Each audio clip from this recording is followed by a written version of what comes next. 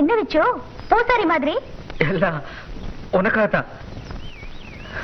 எனக்காகவா? ஆமா, இன்னைக்கு மாடி அமாவாசை.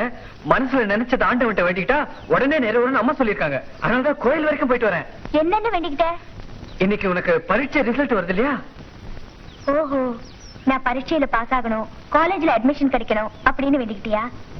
இல்ல மேரி, நீ பாஸ் ஆயிட்டா உடனே உன்னை காலேஜுக்கு அனுப்பிச்சிடுவாங்க. அப்புறம் உன்னை நான் பார்க்கவே முடியாது.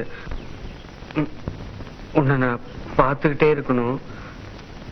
அதனால அதனால அதனால நீ ஃபெயில் ஆகணும்னு வேண்டிக்கிட்ட.